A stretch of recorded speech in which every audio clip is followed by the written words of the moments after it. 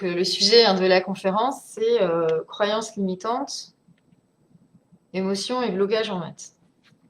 Les croyances limitantes, c'est les petites phrases qu'on se dit et qui nous empêchent parfois de réussir. Les émotions, bon, bah, c'est les émotions que certains ressentent par rapport aux maths. Parfois, c'est vraiment des émotions très fortes, de peur. J'ai beaucoup de personnes qui viennent à mon cabinet et qui ont peur des maths. Bon, et du coup, les croyances limitantes, genre je suis nulle en maths, et les émotions, j'ai peur, bah, ça crée les blocages. Donc, on va voir un petit peu les différentes sources de blocage et aussi quelques idées pour y remédier. Comme je vous disais tout à l'heure, c'est mon deuxième live Facebook. J'avais fait un premier live sur l'utilisation des cartes mentales en maths le mois dernier, que vous pouvez revoir sur mon site, Maths sans stress, où vous pouvez sans doute aussi y accéder sur Facebook. Voilà, donc là c'était à propos d'utiliser les cartes mentales en maths. Donc là aujourd'hui on va plutôt voir déjà qu'est-ce que c'est un blocage en maths, les différentes formes qu'il peut prendre et qu'est-ce qu'on peut faire pour y remédier. Vous pourrez à chaque fois que je change de diapo ou quand vous souhaitez poser des questions par le biais du chat. Par contre, il vous faudra un peu patienter pour les réponses, puisque là, pendant que je vais passer mon PowerPoint, je ne vais pas pouvoir accéder au chat. Voilà, j'y répondrai à la fin, mais n'hésitez pas à me laisser vos questions. Et puis, même à poursuivre le dialogue via Messenger ou via Facebook plus tard, si vous le souhaitez. Je me ferai un plaisir de répondre à vos questions. Bon, je pense que c'est bon. Alors, voilà, ça c'est qui suis-je? Donc, je m'appelle Agnès Rini, je suis agrégée de maths et j'ai enseigné les mathématiques pendant une première partie de ma carrière, plutôt en classe prépa. J'ai aussi fait passer des concours. Et puis, j'ai quitté l'éducation nationale pour créer Maths sans stress, pour pouvoir intervenir auprès des gens, des jeunes en particulier, qui ont des blocages en maths. Pour ça, je me suis formée au coaching. Voilà, j'ai fait une formation à l'IAE de Toulouse, une formation assez longue. Et je me suis aussi formée en psychopédagogie à la Fabrique à Bonheur à Paris, avec Audrey Hakoun et Isabelle Payot. Et j'ai écrit 2 ouvrages sur les maths et sur la psychopédagogie des maths. Voilà. Donc voilà, ça c'est un livre que j'ai écrit à 4 ans qui s'appelle Parlez-vous maths, que j'ai écrit avec Pierre Lopez. On s'était amusé à faire une sorte de dictionnaire français-maths. Donc le langage, c'est une des sources du blocage, on verra dans ma conférence. Et puis j'ai sorti un livre récemment, en septembre, qui s'adresse plutôt aux lycéens sur faire des maths avec plaisir et sans stress. Alors, on va rentrer un peu dans le vif du sujet. Donc, les premiers blocages possibles en maths, c'est les blocages émotionnels. C'est-à-dire, typiquement, un professeur a fait une réflexion, ou quelqu'un s'est moqué de vous, quelqu'un s'est mis en colère parce que vous n'arriviez pas à répondre à une question. Quand les professeurs interpellent les élèves dans toute la classe, il y a certains élèves pour lesquels c'est vraiment très très difficile à vivre. Surtout que dans l'éducation nationale et en France en général, l'erreur est peu permise. Voilà, donc ça c'est vraiment un blocage. J'ai dit une bêtise, je me suis fait engueuler, je dirai plus rien et du coup je réfléchirai même plus. Alors les croyances limitantes, comme je vous disais, c'est toutes ces petites phrases qu'on se dit et qui vont vous empêcher d'accéder ou de faire des choses. Par exemple, certains pensent que les maths c'est forcément difficile. J'ai un jour reçu un élève qui était en prépa pourtant, donc il avait un certain niveau, mais il n'y arrivait plus du tout. Et donc en travaillant avec lui, en travaillant sur une question, et à un moment il me dit mais c'est que ça? Et voilà, je lui dis bah oui c'est que ça, cette question, c'est pas forcément difficile. Et voilà, lui c'était vraiment sa croyance, et donc quand la réponse était trop simple, il allait chercher forcément autre chose. Une autre croyance limitante, c'est dans la famille, on est nul en maths. Alors ça, faites attention s'il y a des parents qui écoutent, c'est assez problématique, hein, de dire ça à son enfant, hein. Ah, moi j'étais nulle en maths, de toute façon, et on est nul en maths, etc. Parce que après, pour l'enfant, c'est compliqué, c'est un peu un conflit de loyauté. Si lui il est bon en maths, ok, peut-être ça vous fait plaisir, mais il est meilleur que vous. Donc voilà, ça c'est quelque chose de compliqué. Donc moi je peux vous dire tout de suite que c'est absolument pas génétique, ni dans un sens ni dans un autre. Moi j'ai 4 enfants et qui sont absolument pas matheux. Donc voilà, c'est absolument pas ni on est nul, ni on est bon. Alors, ça peut aussi être un blocage, hein, voir des grands frères ou des grandes sœurs ou des parents qui sont très bons en maths et nous-mêmes on a du plus de mal, ça peut aussi être un blocage. Mais bon, voilà, la croyance on est nul, voilà, sans rien faire, ou on est bon sans rien faire, ça c'est pas une croyance qui va aider. Ah oui, alors j'ai mis ça parce que en fait, je voulais vous partager une petite anecdote qui m'est arrivée quand j'étais en sixième. Donc c'est il y a très longtemps, mais je m'en souviens très très bien. Et c'était aussi lié à une croyance en fait. Donc là, ma croyance à moi, c'est que un exercice de maths, ça demandait quand même un minimum de réflexion.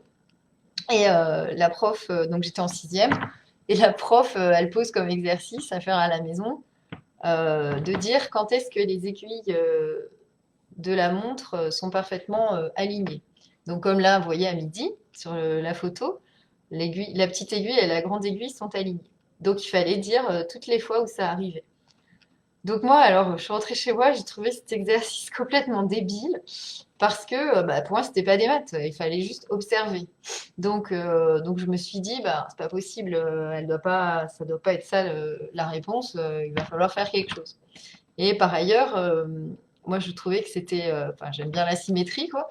Et du coup, alors là, à midi, elles sont toutes les deux alignées, à 6 heures aussi, elles sont toutes les deux alignées.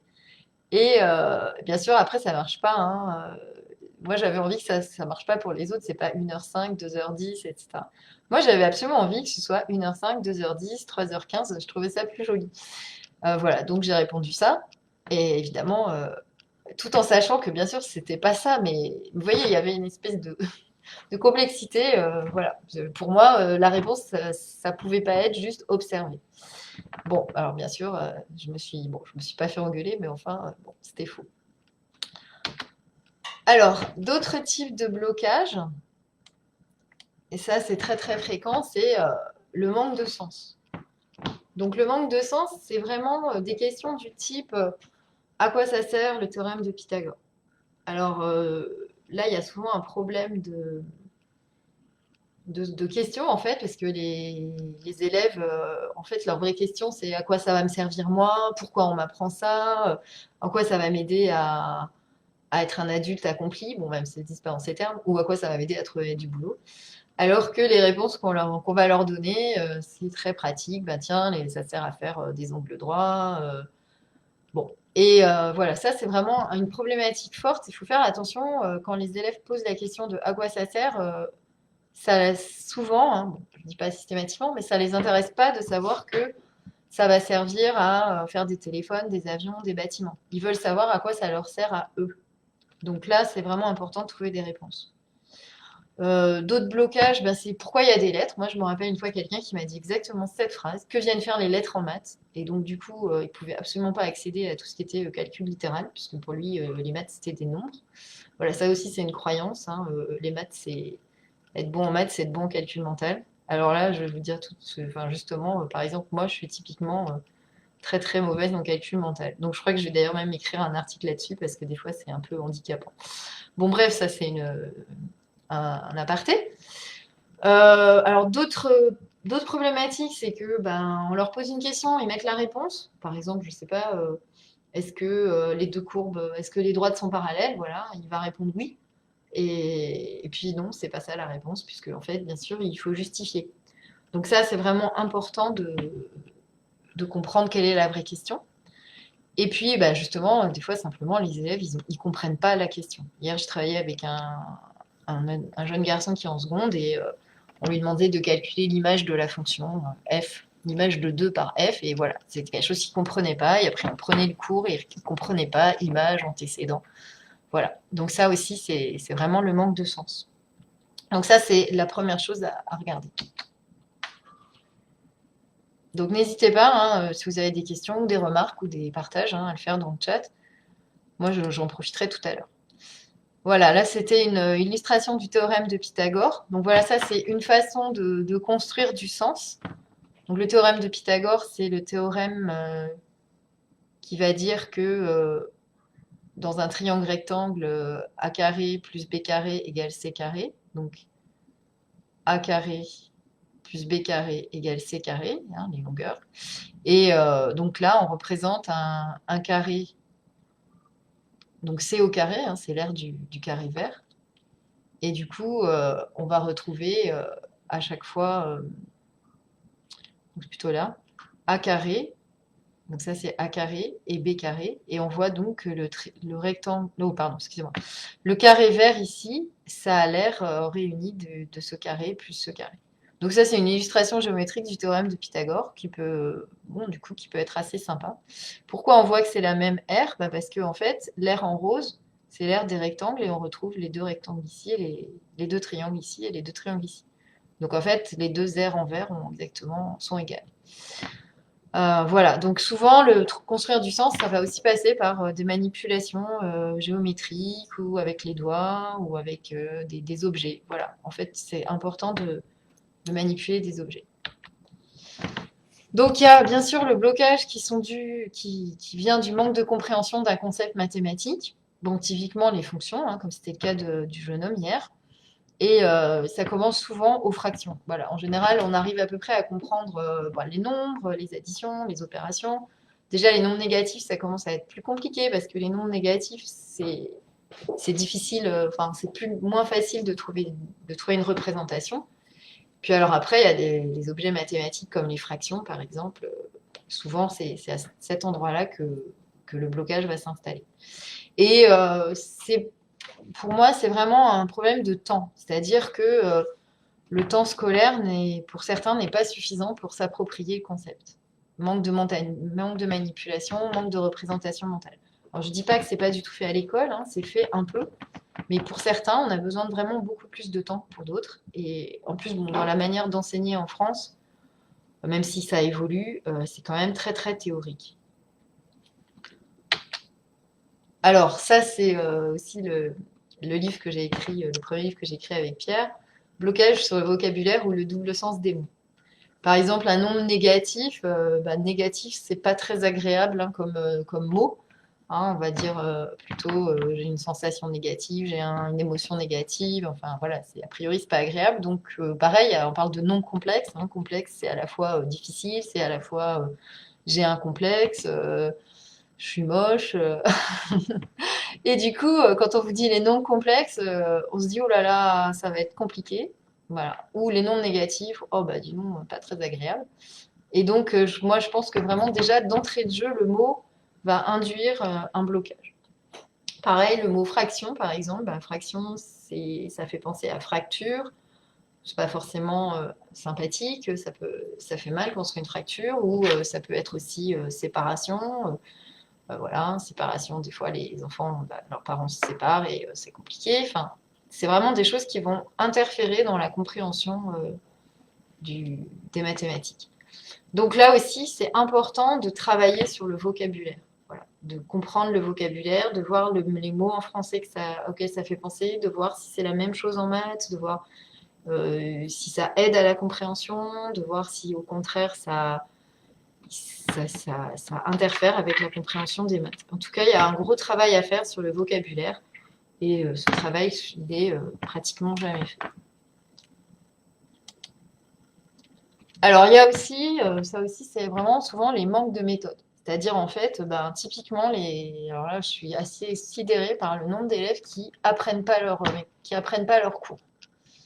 Ils sortent de cours, ils comprennent. Alors, souvent, il y a cette idée de comprendre, en fait, c'est qu'ils ont été familiers, enfin, ils ont compris ce qu'a dit le prof, quoi. Comme là, peut-être que ce que je dis, ça vous paraît clair, vous comprenez.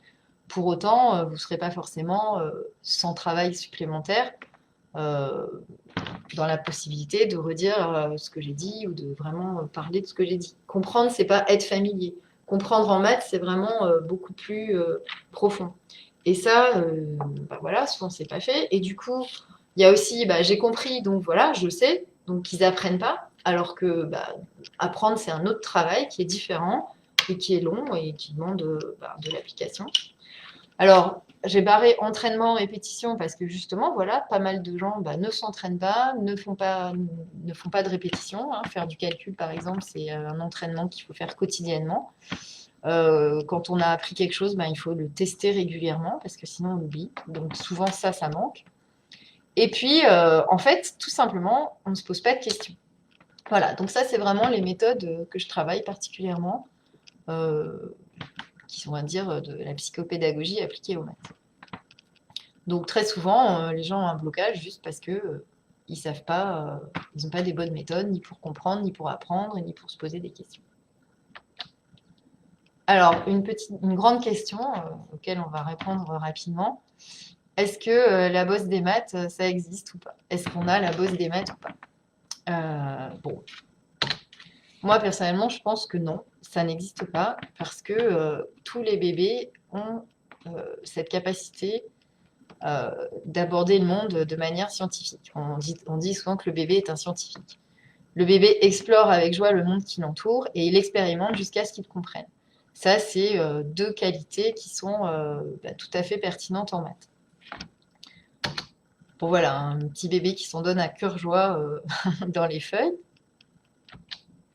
Et ça a été mis en évidence par Stanislas Dehaene, que j'aime beaucoup comme auteur, qui a beaucoup travaillé sur bah, comment ça se passe les maths dans le cerveau. Hein, c'est un neuropsychologue. Et il a mis en évidence que les bébés, même de quelques heures, sont capables de différencier les nombres 1, 2, 3, de faire des probabilités et de reconnaître des formes géométriques. Donc c'est comme si le cerveau humain, et c'est pas seulement le cerveau humain d'ailleurs, hein, on partage ça avec d'autres espèces animales, mais le cerveau humain est câblé pour faire des maths. Voilà. Donc tout le monde a un cerveau capable de faire des maths. Alors d'autre part, les enfants aussi ont tous le sens de l'abstraction.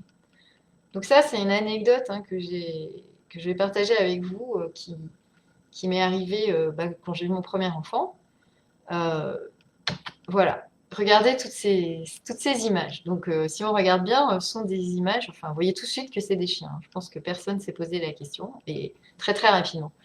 Et ça m'a épatée quand j'ai regardé mon fils prendre conscience de ça, parce que si on regarde bien entre cette espèce de truc en plastique, tout ça, si on regarde précisément, ça n'a rien à voir. Et pourtant, l'enfant, il est capable très très rapidement, il n'a pas besoin de 50 000 épreuves, enfin, de exemples pour comprendre le concept de chien, ou le concept de table, ou le concept. Même une autre chose qui m'avait amusé, c'était que très rapidement, ils avaient compris le concept générationnel. Ils confondaient pas une personne de 50 ans avec une personne de 30 ans en termes de génération. Euh, alors que cette espèce de gribouillage là aussi, bah, on voit bien que c'est un chat. Pourtant, c'est quoi la différence entre ce qui précède? Donc voilà, ça c'est le sens de l'abstraction, c'est-à-dire voir des exemples de choses différentes et puis en faire un concept. Bon, mais les mathématiques, c'est pas autre chose. Donc voilà, cette idée de je n'ai pas le sens de l'abstraction, c'est une idée fausse. En fait, on a le sens de l'abstraction, et heureusement parce que sinon on aurait quand même du mal à vivre. Alors, qu'est-ce qui se passe ou qu'est-ce qui ne se passe pas à l'école? Pour que finalement, alors que le bébé a des compétences mathématiques, que tous les enfants ont le sens de l'abstraction, pourquoi il y a des blocages en maths? Alors là, je vais vous donner, on va étudier l'exemple des fractions. Voilà, la question c'est que représente 3 quarts, 5 septièmes ou 25 tiers? Donc, je vais vous demander de prendre quelques minutes pour réfléchir à vous. Qu'est-ce qui se passe dans votre tête quand je vous dis 3 quarts? Est-ce que vous entendez quelque chose? Est-ce que vous voyez quelque chose? Est-ce que vous pensez à quelque chose? Donc, une représentation classique, c'est les gâteaux. Pour moi, je représente toujours les fractions avec des gâteaux. Voilà, donc là, c'est une tarte qui est coupée en 8. Voilà, et donc ça, c'est un huitième. Voilà, donc associer une fraction avec un objet. Ça, et prendre le temps de le manipuler. Par exemple, on voit bien que si on coupe en 4, 3 quarts. Voilà, 3 quarts, c'est je coupe en 4, je prends 3 parts. Un huitième, c'est je coupe en 8, je prends une part. Donc, c'est cette construction qui souvent n'est pas faite, puisque moi, quand j'ai des élèves de troisième, bon, voire de seconde, et que je leur demande qu'est-ce que c'est un huitième, ou etc., ils ne savent pas répondre du tout à cette question. Ils ne voient rien. Alors qu'un mathématicien, ce qu'il va avoir fait, ce qui va faire qu'on est fluide en maths, c'est que les objets mathématiques dont on parle, on se les représente. C'est concret comme peut l'être un gâteau. Voilà. Donc, moi, je dis souvent, par exemple, si je vous dis la phrase je vais au cinéma à côté de la fontaine, personne, enfin, même si vous ne savez pas de quel cinéma je parle ou de quelle fontaine je parle, tout le monde sait de quoi je parle et tout le monde a une représentation de ce qu'est un cinéma, de ce qu'est une fontaine. Si je dis il fait beau et chaud, aussi, ben, exactement. De la même façon, tout le monde va savoir avoir une idée de ce que ça veut dire beau et ce que ça veut dire chaud. Mais si je dis le produit de A sur B par C sur D et A fois C sur B fois D, alors là, non. Enfin, peut-être vous aussi, mais en tout cas, souvent, là, c'est plus du tout concret. Donc, au pire, les élèves arrivent à peu près à dire cette phrase, mais ils n'y mettent aucun sens. Donc, en fait, ils ne sauront pas l'utiliser. Et donc, tout le travail, c'est de faire en sorte que cette phrase, elle devienne aussi concrète que les phrases précédentes. Alors. Donc, vous pouvez aider une personne à construire cette représentation mentale et à s'en servir. Alors, ce n'est pas forcément une représentation mentale sous forme d'image. Ça va dépendre des personnes. Mais en tout cas, il faut à un moment donné arriver à avoir quelque chose de précis et de concret dans son esprit. Donc, comment on arrive à ça? En posant des questions et en lui demandant de s'en servir à chaque fois. Donc, s'il y a des parents parmi vous, quand vous aidez votre enfant à prendre le cours, la première question, c'est qu'est-ce que c'est? Comment tu le vois? Comment ça se passe? Comment ça se présente? Comment tu l'expliquerais à ton petit frère ou ta petite sœur ou quelqu'un de plus jeune? Il ne faut pas laisser passer la définition. Et ça, je remarque que, en général, on ne s'y intéresse pas du tout. C'était le cas de mon élève hier. Bon, là, pourtant, il était en seconde, il avait entendu parler des fonctions depuis un moment, mais ça lui était passé mais totalement à côté. C'est-à-dire, voilà, il avait la notion de fonction n'était pas encore concrète pour lui. Et donc, ça sert à rien de faire d'autres trucs tant que ça, c'est pas clair. Et une fois qu'il a compris, quand vous êtes face à un exercice, eh bien, il faut toujours lui dire, mais ok, mais comment tu vois une fonction? Qu'est-ce que c'est cette question? À quoi voilà, de lui demander de se servir de sa représentation. Voilà, donc si vous avez des questions ou des remarques à faire, hein, vous n'hésitez pas dans le chat à m'en parler. Voilà aussi les types de questions que vous pouvez poser ou qu'on peut se poser à soi-même. Hein. Comment tu le vois? À quoi ça te fait penser? Ça aussi, les associations d'idées, c'est très fécond. En parlant on peut partir du vocabulaire, par exemple fonction, en quoi c'est utilisé en français. Tiens, par exemple, tu t'habilles en fonction du temps qu'il fait, ça veut dire quoi? Est-ce que c'est le même mot? Donne-moi des exemples. Est-ce que tu pourrais fabriquer une fonction? Pourquoi est-ce qu'on a inventé ça? Pourquoi est-ce qu'on appelle ça comme ça? Voilà, ça c'est des types de questions qu'on peut poser. On n'a pas toujours tout le temps des réponses, mais poser et aller les chercher. Donc maintenant, avec Internet, c'est quand même assez facile de trouver des réponses aussi. Hein. Pourquoi l'a-t-on inventé? On peut chercher un peu ce concept. On peut aussi se demander est-ce qu'on a déjà rencontré des fonctions dans d'autres circonstances? Je parle des fonctions, c'est un exemple, hein, mais voilà. Donc voilà, ça c'est les types de questions qu'il faut se poser pour aider à la représentation mentale. Alors, par exemple, quand on travaille avec des fractions, il y a des règles de calcul. Et c'est important à chaque fois de demander quelle règle tu utilises. Et de faire écrire ou citer la règle. Et de vraiment d'utiliser la question qui joue le rôle de qui. Dans une règle, alors là je ne peux pas écrire, je ne crois pas qu'après j'en ai parlé. Ah si, je vous ai donné un exemple. Voilà. On va prendre l'exemple de comment on calcule 2 tiers plus 5 quarts. Donc déjà, la première chose, c'est de reconnaître que c'est une somme de fractions. Donc, d'aller chercher dans les règles celles qui ressemblent le plus. Donc, là, en se disant, tiens, on a un plus, on a deux fractions, on va penser à la règle A sur B plus C sur D égale AD plus CB sur BD. Maintenant, la question, c'est qui joue le rôle de A? C'est 2. Qui joue le rôle de B? C'est 3. Qui joue le rôle de C? C'est 5. Qui joue le rôle de D? C'est 4.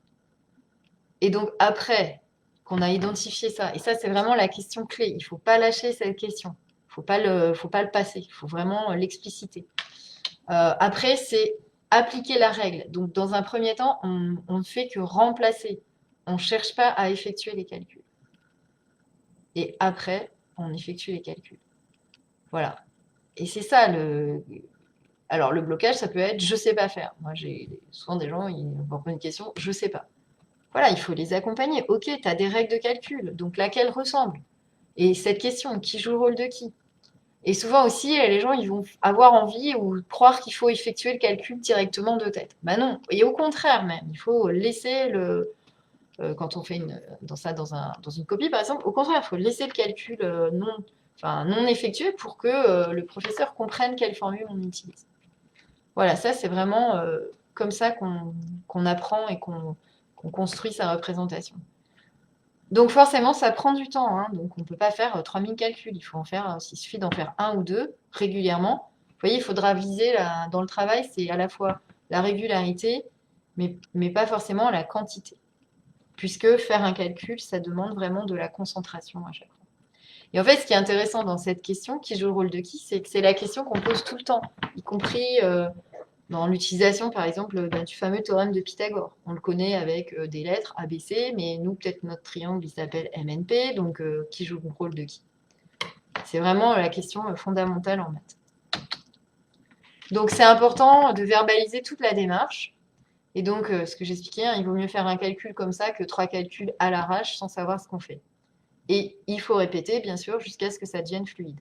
Alors, pas tout la même journée, hein. Moi, je vous préconise de faire des calculs tous les jours, mais 5 minutes. C'est la régularité qui va aider. Alors, la pratique, hein, c'est aussi une façon de s'approprier l'objet, hein. Petit à petit, à force de manipuler des fractions, on commence à s'en faire une représentation. Alors, je vais vous donner un autre exemple de blocage. Enfin, donc, je pense à cette personne qui me disait les lettres, qu'est-ce que ça vient faire en maths? Donc, souvent, le calcul littéral, c'est un moment où beaucoup de personnes vont décrocher. Et là, c'est souvent que la croyance, c'est les lettres, ça n'a rien à faire en maths. Alors, c'est vrai que, en même temps, les lettres, c'est arrivé très tardivement en maths. Bon, là, je vous montre, c'est un petit exemple d'un tableau de maths où, si vous regardez, il y a quasiment que des lettres ou des symboles, hein. Il y a assez peu de nombres. On aperçoit 4 et 2 qui se baladent par-ci par-là. Alors, ça, c'est un problème. Voilà, comment on posait les problèmes en maths à l'époque où on n'avait pas de lettres. Enfin, pas de lettres, pas ces histoires de lettres de calcul littéral. Euh, donc, c'est un problème posé par un mathématicien arabe dans les années 1850. Euh, voilà, si tu as embauché un salarié pour 30 jours, à la condition que chaque jour travaillé, il a 6 dirhams, et que chaque jour non travaillé, il doit 4 dirhams, ça rigolait pas à l'époque, et qu'il a alors travaillé et s'en est sorti sans salaire et sans dette, combien de jours a-t-il travaillé? Voilà. Donc, ça, c'est comment comment on exprimait un problème de maths quand on n'avait pas de lettres. Parfois, les problèmes sont posés comme ça, hein, c'est des phrases. Donc, il y a tout un travail de traduction. Donc, pour faire ce problème, on peut essayer tous les nombres de 1 à 30, puisque il peut travailler entre 1 et 30 jours. Alors, c'est une option, hein, c'est une manière astucieuse de répondre au problème. Alors, les inconvénients, c'est que c'est long. Bon, évidemment, on peut avoir de la chance, si ça se trouve, la réponse c'est 1. Mais si c'est 30, voilà, on va faire pas mal de calculs pour rien. Et surtout, ce qui va pas plaire trop aux mathématiciens, c'est que ça se généralise pas. Donc, c'est-à-dire, si je vous modifie un petit peu l'énoncé, vous saurez pas vous saurez pas forcément le faire. Et puis parfois, bon là c'est pas le cas, mais parfois il y a une infinité de possibilités, donc on n'a juste pas la possibilité technique de le faire. On peut deviner la solution, avoir un flash. Alors ça, il y a souvent des élèves qui font ça aussi. Et puis, bon, bah, malheureusement, c'est pas valide, hein, comme je disais, puisque en fait, il faut expliquer à chaque fois ce qu'on fait. Et puis surtout, peut-être ça marche pour cette fois-là, mais la fois d'après, ça marchera pas. Donc c'est absolument important d'avoir une méthode qui va se généraliser. Voilà, donc ça se généralise pas. Voilà, alors les mathématiciens, ce qu'ils vont aimer, ce qu'ils veulent chercher, ça c'est l'objet des maths, c'est généraliser et avoir des méthodes. Donc là, je vous rappelle le problème, c'est on cherche le nombre de jours qu'il a travaillé. Donc, c'est là où on va introduire les lettres. On va l'appeler X. Donc, on peut très bien, moi je donne souvent des exemples issus de la vie quotidienne. Par exemple, je dis, tiens, tu peux très bien imaginer un élève de ta classe sans savoir duquel en particulier on parle, ou on peut imaginer un chien sans savoir quel chien on parle. Donc voilà, on peut lui donner un nom pour simplifier. Parce qu'en fait, souvent, c'est vraiment, mais on l'appelle X, mais on ne le connaît pas, alors comment on va faire, et puis qu'est-ce qu'on va pouvoir écrire. C'est ça vraiment la difficulté. Donc là, par exemple, on va appeler X le nombre cherché, le nombre de jours travaillés, c'est ça qu'on cherche, et on va traduire en maths l'énoncé. Donc là, il y a aussi un gros travail de traduction. Vraiment, c'est vraiment de la traduction. Vous pouvez utiliser ce terme avec vos enfants. Comment tu traduis l'énoncé en maths? Bon, alors donc, chaque jour travaillé, il a 6 dirhams. Donc, s'il travaille X jours, il va avoir si. Attendez, excusez-moi, je reviens en arrière. 6 fois X dirhams. Par contre, s'il travaille, alors il travaille X jours, donc le nombre de jours où il ne travaille pas, c'est 30 moins X. Et là, par contre, il va donner 4 dirhams. Et à la fin, il a reçu autant qu'il a donné. Donc l'énoncé, ça se traduit par 6x égale 4 fois 30 moins x. Voilà, donc le problème, dit en maths, c'est résoudre l'équation 6x égale 4 fois 30 moins x. Et à partir du moment où on l'écrit comme ça, même si peut-être que c'est pas évident au départ, là, on va arriver à résoudre le problème. Donc là, je développe, j'ajoute 4x de chaque côté, et donc je trouve 12. Donc ça, l'invention des lettres, ça s'est fait à la Renaissance. Et, ça a permis de faire un énorme progrès dans le type d'équation qu'on a pu résoudre. Donc depuis qu'on travaille avec des lettres en maths, en fait, on a énormément progressé. Ça fait vraiment passer un bon qualitatif. Donc voilà, tout ça, vous pouvez c'est des choses qu'il faut expliquer et puis en fait montrer que sans les lettres, c'est super galère de faire des maths. Une question aussi qui est importante pour les gens, c'est quel est le projet des maths? Pourquoi, pas vraiment pourquoi on fait des maths, bien que c'est une question importante, mais qu'est-ce que c'est voilà, les maths à l'intérieur du monde mathématique, c'est quoi le projet? Donc faire des maths, enfin le projet des maths, c'est de savoir résoudre des problèmes en utilisant une méthode généralisable, réutilisable, de préférence réutilisable. Il y a aussi communiquer aux autres sur la façon qu'on a eu de résoudre le problème. Ça, cette partie, les élèves, souvent, ils la zappent totalement. Ça, c'est très important. Et aussi utiliser les méthodes proposées par le professeur ou les règles proposées. Donc en fait, c'est vraiment un jeu. Enfin, moi, je dis ça, il y a des règles du jeu. Voilà. Il ne s'agit pas d'utiliser forcément une autre méthode. C'est pas que c'est faux, c'est que c'est pas la règle du jeu. Voilà, il faut vraiment bien expliquer à l'enfant ou bien comprendre que c'est ça les règles du jeu, c'est ça le projet. Alors, quelques clés pour progresser en maths. Alors, comme je disais tout à l'heure, faire des calculs tous les jours. Ça, c'est très important. En utilisant les règles, comme je vous l'ai montré tout à l'heure. Il suffit de faire un calcul par jour pour commencer, mais tous les jours. Voilà, ça, si vous vous y tenez, ça, c'est vraiment un énorme gain. Alors, avant de faire un exercice, il y a un certain nombre de questions qu'il faut se poser. Bon, vous pouvez déjà, alors je crois que j'ai oublié de le noter, enfin je le dis plus tard, il faut reformuler ou faire reformuler l'énoncé.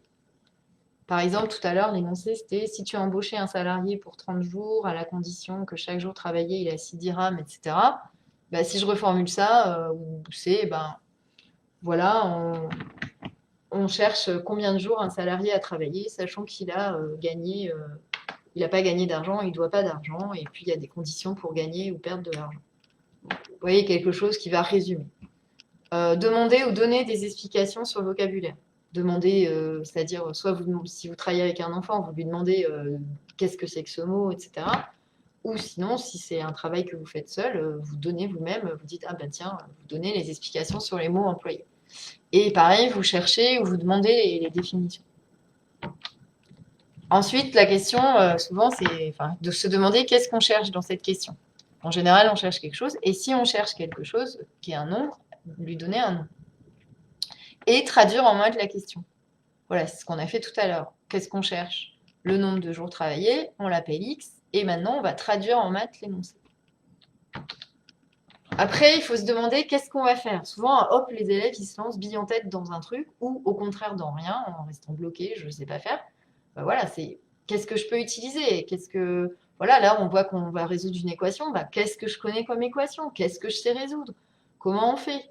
Et du coup, ben, le cours, c'est une ressource. Et très, très souvent, les gens n'utilisent pas leur cours. Enfin, le cours, c'est vraiment la ressource numéro un. Bon, ça dépend un petit peu l'âge. Quand on est en prépa, il faut chercher d'autres stratégies. Quand on est au lycée, des fois, suivant les points, il n'y a qu'une seule stratégie. Quand on commence à être au lycée en spécialité maths, là, par exemple, typiquement pour les nombres complexes ou en géométrie, il y a souvent plusieurs stratégies possibles. Voilà. Pareil, avant de faire un calcul, imaginez le résultat. Alors, ça veut dire, imaginez, par exemple, si on a une expression comme x-2 fois x-3 ou quelque chose qu'on veut développer, se dire quand je l'aurai développé, ça va ressembler à quoi? Pas dans les détails, mais dans la forme. Ah, bah ça va être un truc du second degré, ça va me faire une équation du second degré, oui, ça, je sais résoudre. Bon, par exemple. Ou alors non, ça va me faire un truc avec du x7, ça, je sais pas faire, donc peut-être que je vais pas le développer. Voilà, c'est souvent les élèves vont se lancer dans un calcul, ils savent pas pourquoi. Ils- Et du coup, ils perdent du temps, des fois c'est faux, puis de toute façon, ça répond pas du tout à la question. Après avoir fait l'exercice, voilà, on a fait un exercice. Faut pas juste que poser son cahier et passer à autre chose. C'est une expérience qui doit servir pour la suite. Donc, on peut se poser la question, qu'est-ce que ça m'a appris cet exercice? Parmi tous les exercices que j'ai faits, quels sont ceux qui lui ressemblent? Ça, c'est très important d'être capable de faire des liens, des ressemblances. Qu'est-ce que tu as utilisé comme outil, comme règle, comme théorème? Quels sont les indices qui t'y ont fait penser? Voilà. Pourquoi tu as pensé à utiliser le théorème de Pythagore? Ah, bah, parce qu'on m'a dit que le triangle était rectangle. Parce que ça veut dire que la fois d'après qu'on aura le même indice, on pourra utiliser le même outil. Alors, il ne s'agit pas de refaire le même exercice, mais de saisir dans l'exercice qui a été utilisé. Est-ce qu'on a déjà utilisé ces outils dans un autre contexte? Et qu'est-ce qu'on pourrait... Alors ça, je pense que c'est vraiment une question qui est assez efficace. Qu'est-ce que tu donnerais comme indication à un copain qui n'y arrive pas? Avec l'idée que tu vas pas non plus faire l'exo à sa place, hein. C'est quand même à lui de bosser. Donc, qu'est-ce que tu lui dirais? Ça, c'est pas mal. Voilà, est-ce que tu peux résumer l'exercice? Comment le prof l'a fabriqué? Alors souvent, par exemple, on se remarque que dans les exercices, ça tombe juste. Par exemple, quand on doit résoudre une équation du second degré, ben, toc, on tombe sur des solutions entières. Comment ça se fait? Et comment on peut faire un exercice soi-même. Voilà, ça aussi, fabriquer un exercice du même genre, c'est assez intéressant comme question. Ça permet aussi d'être plus acteur et de s'approprier les données, enfin les notions. Voilà, donc si vous avez des choses à rajouter ou des remarques, hein, n'hésitez pas à le faire dans le chat. Je regarderai ça tout à l'heure. Alors pareil, avant une évaluation. Alors ça, c'est en général la grosse stress. Déjà, c'est important de savoir ce qu'on sait faire. Souvent, voilà, par exemple, souvent, on tombe sur une équation et je demande aux gens, mais qu'est-ce que tu sais résoudre comme équation? Je sais pas. Bah, si tu sais pas ce que tu sais faire, ça va être difficile, quoi. Voilà, ça, c'est très important. Et ça aide aussi à la confiance. Je sais résoudre une équation du premier degré, je sais utiliser le théorème de Pythagore, je sais faire des calculs, voilà, vraiment faire la liste de ce qu'on sait faire. S'imaginer le jour de l'évaluation le plus précisément possible. Donc, imaginez qu'on peut s'installer à son bureau en imaginant qu'on est en salle de classe, faire un exercice en imaginant que c'est l'exercice qu'on va nous donner. Voilà, pour se mettre vraiment dans cette situation. En fait, il faut savoir que le cerveau ne fait pas la différence entre la réalité et l'imagination. Donc, si vous avez déjà fait en imagination votre évaluation, c'est une expérience. Et plus on a d'expérience, moins on stresse. Imaginez la façon dont on va gérer le temps, par quel exercice on va commencer. Voilà, se faire des fiches de cours sous forme de questions et refaire ou faire les cartes mentales du cours. Donc ça, c'est en amont, comment on se prépare. Et surtout se dire que c'est pas la fin du monde. Ça, qui se souviendra de sa note dans 10 ans? Voilà, ça c'est à chaque fois, c'est vraiment, on a l'impression qu'effectivement le monde va s'arrêter avec l'évaluation, alors que c'est juste un moment à passer. Bon, des fois, c'est pas très agréable, mais c'est juste un moment à passer. Pendant l'évaluation, bah, lire l'énoncé, voilà ce que je disais tout à l'heure. Alors là, très très souvent, c'est pas le cas. Et laisser le détail des calculs, de la formule utilisée, ne pas sauter d'étape dans un calcul, c'est là qu'on fait des fautes. Penser à vérifier ses résultats, garder du temps pour se relire et ne pas rester bloqué sur une question, il faut la passer. Ça aussi, souvent, on reste trop longtemps sur une question, bah, tant pis, il faut passer et puis revenir plus tard éventuellement. Et on répond à la question posée dans les termes où elle est posée. Alors là, il y a souvent je sais pas, par exemple, on dit quelle est la solution de telle équation. Alors l'élève va faire toutes les solutions, tous les calculs et puis il oublie d'écrire la solution, donc, et ça. C'est dommage parce que c'est pas terminé et du coup, on a fait toute la partie ingrate et on n'a pas le bénéfice. Alors, un autre problème qui se pose souvent, c'est une espèce de méconnaissance de pour qui on rédige sa copie. Alors, c'est compliqué parce que, bien sûr, on rédige sa copie pour le prof puisque c'est lui qui va la lire. Mais en fait, c'est pas, il faut se mettre dans la tête que c'est pas pour lui qu'on rédige sa copie. Ni pour soi-même, parce que si c'est pour le prof, on se dit, bon, bah, de toute façon, c'est un prof, il va comprendre ce que je dis, et puis de toute façon, il connaît la réponse. Ni pour soi-même, bah, même question, même réaction, hein, bah, moi, je sais ce que j'ai fait, donc je vais pas l'écrire. Donc, il faut vraiment se mettre en tête qu'on l'écrit pour un camarade qui a besoin qu'on lui explique toutes les étapes.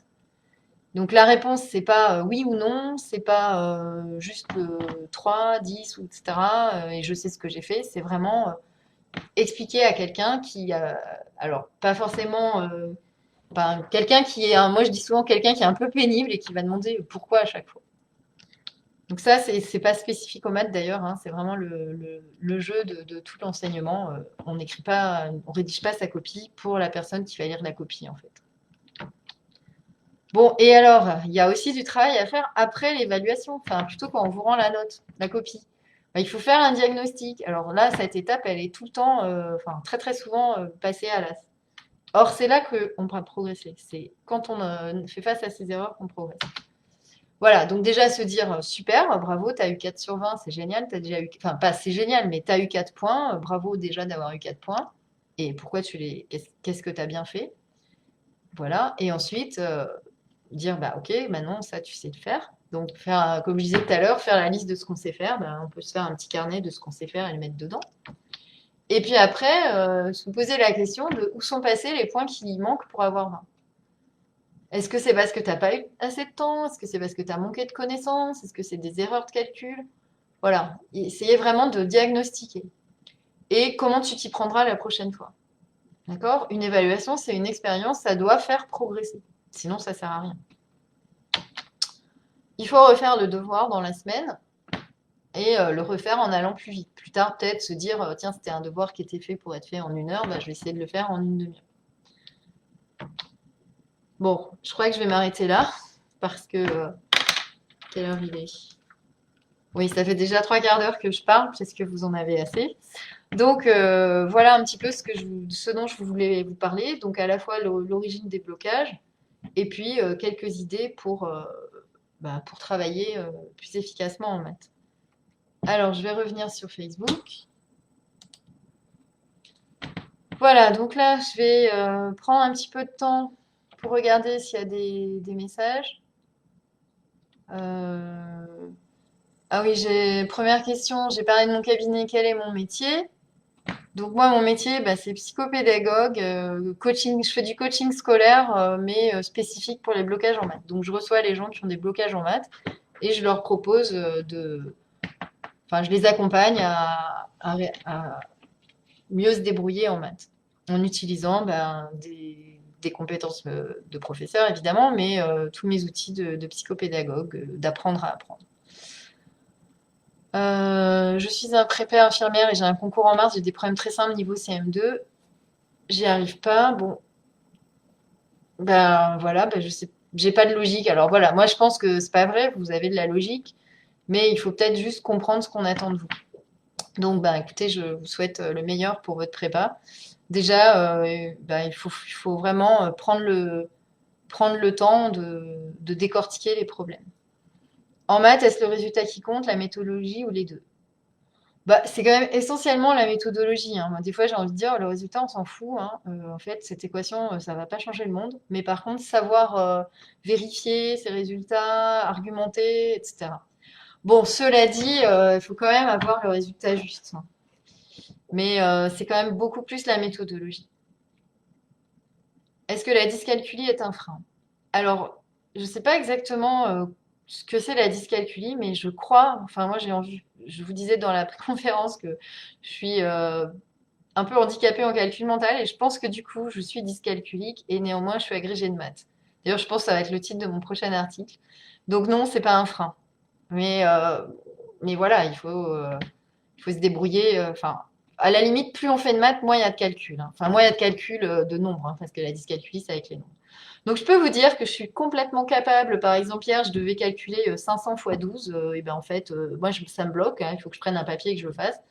Et bon, voilà. Pourtant, je sais résoudre des équations différentielles linéaires d'ordre 2. Voilà. Donc, non, c'est pas du tout un frein. À propos du vocabulaire, vous exposez des formalismes avec des exemples dans la vie courante.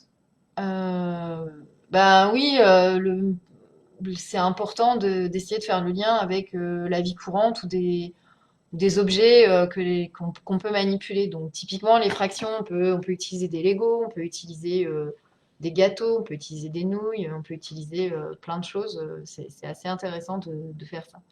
Je suis pas d'accord sur le sens de l'abstraction en mathématiques, mais j'aimerais bien être convaincue. Bon, donc ça veut dire que, ben ça je sais pas trop, il faudrait qu'on puisse discuter. Euh, Bon, en tout cas, voilà, moi c'est ce que je voulais vous livrer, c'était que le sens de l'abstraction, c'est quelque chose qu'on a quand on est capable de voir des choses différentes et d'en faire une généralité. Beaucoup d'élèves ont du mal à l'idée qu'une fraction peut être supérieure à 1. Oui, oui, c'est vrai que du coup, faut pas s'arrêter à une seule tarte, hein. Il faut imaginer qu'on fait un buffet, qu'on fait un mariage, qu'on fait une grande fête. Alors, je sais qu'avec le Covid en ce moment, c'est des choses qu'on fait moins, mais justement, voilà. Donc, c'est genre, on a 15 tartes, comment on fait? Enfin, c'est sûr, mais euh, et ont du mal à abandonner l'écriture décimale du lycée. Bah oui, ça, c'est vrai aussi. Pourtant, mais ça, c'est intéressant parce qu'il y a une ambiguïté. Donc, qu'est-ce que ça veut dire calculer? Souvent, enfin, qu'est-ce que c'est la réponse? Bah, effectivement, pour un élève, trois quarts, une réponse, c'est pas une bonne réponse. Il faut mettre 0,75. Donc ça, c'est assez intéressant de qu'est-ce que c'est un nombre. Par exemple, qu'est-ce que c'est racine de 2? Qu'est-ce que ça vaut racine de 2? Bah, racine de 2, c'est racine de 2, quoi, hein. C'est pas 1,4 et enfin 1,2, etc. Donc ça, c'est assez intéressant. Un mot qui peut bloquer, c'est le mot problème. Ça devrait être exercice au... Oui, c'est vrai que c'est intéressant, ouais. C'est vrai que problème, ça peut bloquer. Le choix de la lettre X est malheureux. Ah oui, alors le choix de la lettre X, je voulais vous le dire. Oui, il est malheureux, mais alors c'est un truc, c'est un pur hasard. Ça vient du fait que la lettre X, c'est à l'époque où on a écrit les textes mathématiques, donc à peu près au XVIe siècle, donc c'était le début de l'imprimerie. Et la lettre X, c'est la lettre la moins utilisée en français, donc enfin, il y avait un problème on pouvait pas avoir on était limité dans le nombre de lettres. On faisait d'abord des lettres en fonte et après on imprimait. Et donc, comme c'était la lettre la moins utilisée, c'est la lettre qui a été utilisée pour cet inconnu. C'est vraiment quelque chose de tout à fait. C'est du hasard. Bah, en même temps, c'est peut-être malheureux, mais là, ça fait aussi partie du langage mathématique, quoi. Tout le monde comprend X et du coup, c'est un peu difficile de changer de lettre. Donc, peut-être changer de graphie. Alors j'ai envie de vous dire que de toute façon, après le symbole de la multiplication, il disparaît. Donc voilà, c'est peut-être qu'au moment où on commence à avoir les lettres, on commence à plus utiliser le symbole de la multiplication, ce qui d'ailleurs n'est pas toujours simple. Instruction ou sosie, ça je comprends pas. Peut-on avoir le sens de l'abstraction sans parler du sens de l'analyse de la situation? Bah non, je sais pas trop. Enfin, c'est autre chose pour moi, c'est un peu deux choses différentes. Bon, bah écoutez, bah, je vais m'arrêter là. Je vous remercie de votre attention, de vos questions qui étaient intéressantes. Vous pourrez retrouver cette vidéo sur mon site. Et, euh, et voilà, bah, écoutez, je pense que je proposerai un autre live Facebook le mois prochain sur un sujet toujours lié à l'apprentissage des maths. J'espère que ça vous a intéressé. Et bah, voilà, je vous remercie tous et puis je vous souhaite une bonne fin de week-end. Au revoir.